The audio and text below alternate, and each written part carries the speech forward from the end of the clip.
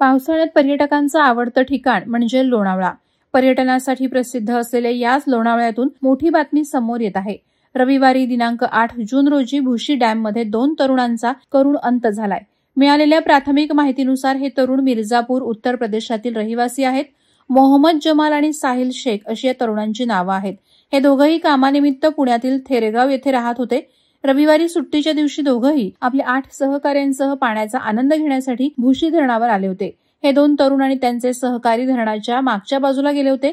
या ठिकाणी जाण्यास रेल्वे विभागाने तारांचं कंपाऊंड लावून बंदी घातली होती। मात्र काही उत्साही पर्यटकांनी कंपाऊंड तोडून मार्ग बनवला होता। याच मार्गाने हे 2 तरुण गेले होते। तरुणांचं हेच पाऊल त्यांच्या जीवावर बेतलं आणि त्यांचा पाण्यात शेवट झाला।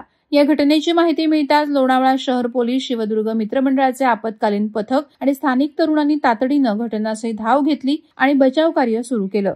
अर्ध्या तासाच्या प्रयत्नांनंतर दोन्ही तरुणांचे मृतदेह पाण्यातून बाहेर काढण्यात यश आलं।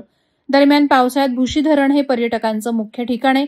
मात्र या घटनेनं पुन्हा एकदा पर्यटकांच्या सुरक्षेचा मुद्दा चर्चेत आला आहे। वादळवारा लाईव्हसाठी खलील सुर्वे, खोपोली। नवी मुंबई व रायगड जिल्ह्यातील ताज्या बातम्या आणि घडामोडींसाठी सबस्क्राईब करा वादळवारा लाईव्ह चॅनल आणि दाबा बेल आयकॉन।